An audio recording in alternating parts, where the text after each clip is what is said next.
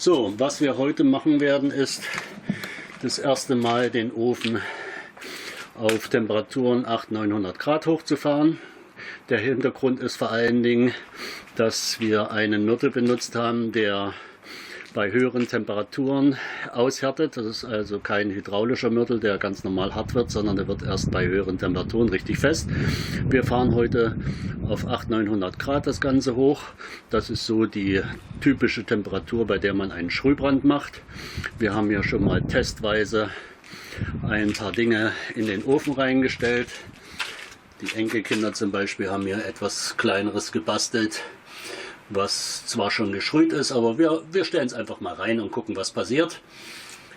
Dann hier oben haben wir eine kleine Schale reingestellt. Die Schale hat einen Riss, deswegen können wir sie zum Testen nehmen. Wenn sie kaputt geht, ist kein Problem. Und daneben ist noch ein Drachenei. Die Kinder wollten ein Drachenei haben, weil sie der Meinung sind, dass bei höheren Temperaturen daraus ein Drache schlüpft. Schauen wir mal. Was vielleicht hier noch zu erwähnen ist, man sieht das unter dem Drachenei oder unter der Schale nicht ganz so gut, aber vielleicht hier unten, da sind kleine Tonkügelchen drunter. Das nennt sich im Deutschen Purzelton, im Englischen Wadding. Das ist ein sehr poröser, lockerer Ton, der erst bei sehr hohen Temperaturen fest wird. Warum macht man das? In einem holzgefeuerten Ofen sind diverse Rauchgase drin, die auch selber eine Glasur bilden können.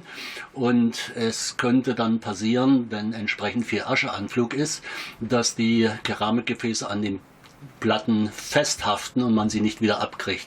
Der Purzelton, der ist so porös, dass man ihn später, wenn man die Keramiken rausholen möchte, mit einem kleinen Schlag ablösen kann. Und ja, es ist vor allen Dingen eine Maßnahme, wie man verhindert, dass die Keramiken an den Platten festbacken. So, was jetzt gemacht wird ist, jetzt werden wir den Tonofen mit Feuerleichtstein, also die Feuerleichtsteine sind hier die innere Schicht, werden verschlossen und außen kommen dann diese Klinker davor, wird jetzt verschlossen und dann der Brennraum dann verschlossen ist, dann können wir anfangen mit Anheizen und kommen noch Thermometer rein. Das werden wir dann im weiteren Video noch zeigen.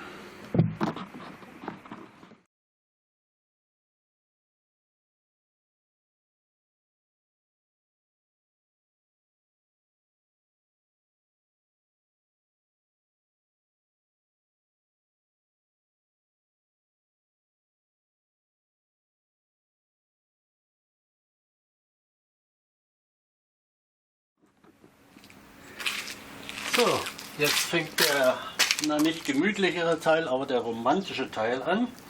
Ich werde mal versuchen jetzt den Ofen zu entzünden, und zwar als erstes wird der Schornstein etwas angewärmt, indem wir in unserer Vorbrennkammer hier ein kleines Feuerchen machen.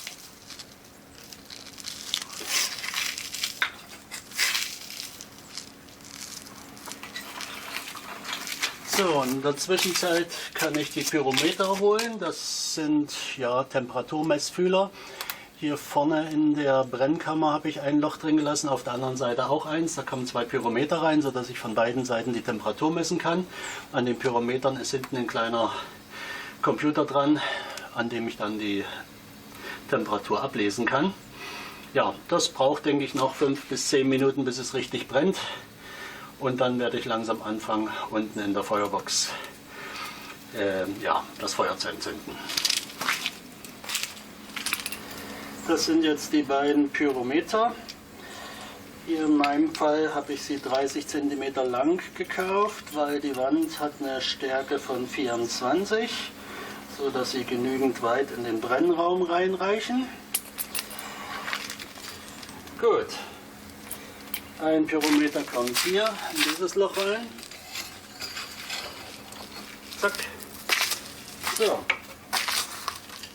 Und dann wird einer von den Computern an die eine Seite dran gehängt.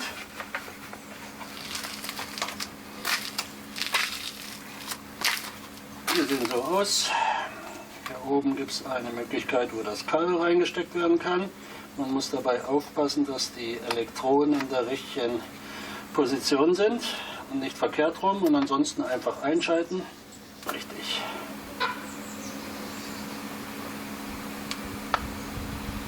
So, das geht hier. Jetzt haben wir es 10,3 Grad. Kann man schön ablesen. Und das stellen wir jetzt hier hin. So, man sieht, die Flamme zieht noch nicht sehr rein in den Ofen. Das heißt, der Schornstein muss noch etwas heißer werden. Aber jetzt habe ich den Kohleanzünder angemacht. Jetzt werde ich auch hier das Feuer schon mal etwas anmachen. So, jetzt brennt es auch hier unten langsam und man sieht, dass die Flammen langsam in den Ofen reinziehen. Das heißt, der Schornstein ist jetzt warm genug. Ich gucke mal, was die Temperatur anzeigt, aber da wird jetzt noch nicht viel passiert sein. Obwohl, wir sind schon bei 21 Grad. Gibst du mir mal die Taschenlampe? So, dann gucken wir mal auf der anderen Seite. Hier haben wir 23 Grad, also 2 Grad Unterschied. Das ist ein guter Wert. Nein, hier drüben sind es auch 23, also es ist perfekt. So, gut. Ich denke mal, jeder weiß, wie ein Feuer aussieht. Deswegen werde ich natürlich jetzt nicht 14, 16, 18 Stunden Videoaufzeichnung machen. Aber naja, ich werde ab und zu mal berichten, wie die Temperaturen hochgehen. So, jetzt ist eine Stunde später. Gucken wir mal auf die Temperaturen. Hier haben wir 128 Grad, 128,7 und hier haben wir 129,2, also 0,5 Grad Unterschied auf beiden Seiten des Ofens. Besser geht's gar nicht mehr. Perfekt. Jo. Und jetzt werde ich mir die Nacht um die Ohren schlagen und weiter Holz auflegen. Und wenn es zu heiß wird, machen wir den Schornstein ein bisschen zu. Aber alles prima, sieht alles gut aus. Der Ofen zieht prima. Ich bin zufrieden.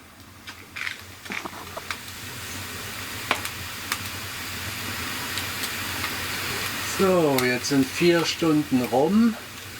Wir haben 360 Grad. Das ist ein bisschen schnell, aber das ist noch im Bereich dessen, was okay ist. So, nach der ersten Nacht haben wir jetzt 637 Grad links und 640 Grad rechts. Das sieht alles ganz gut aus. Ich denke mal, wir brauchen noch ungefähr 10 Stunden und dann sollten wir auf 850 Grad hoch sein. Okay. So, wir haben es jetzt 24 Stunden um. Wir haben gestern um 4 gestartet, jetzt ist es wieder um 4. Wir haben 858 Grad links und rechts haben wir ja, 2 Grad weniger. Also perfekt. Summa summarum, für den ersten Brand auf 850 Grad bin ich sehr zufrieden. Und ja, ich denke eigentlich drüber nach. Ich werde wahrscheinlich nach 100, 150 Grad höher gehen. Schauen wir mal. So, jetzt ist es abends um 10. Wenn ich richtig rechne, sind wir jetzt bei 24 Stunden plus 6 sind 30 Stunden. Temperaturen ist jetzt 1056 Grad links und 1063 Grad rechts. Alles super. Ich werde es damit für das erste bewenden lassen. So, es sind wieder 1,5 Tage vergangen. Der Ofen ist abgekühlt. Wir haben hier links 65 Grad ungefähr und rechts 63 Grad ist, denke ich, eine gute Temperatur, um den Ofen aufzumachen, und dann schauen wir mal, was drin passiert ist. Es waren zwar bloß 1070 Grad, aber zumindest kann man schon mal sehen, ob der Ofen drinnen Sprünge hat oder ob die Keramiken noch heil geblieben sind oder was auch immer.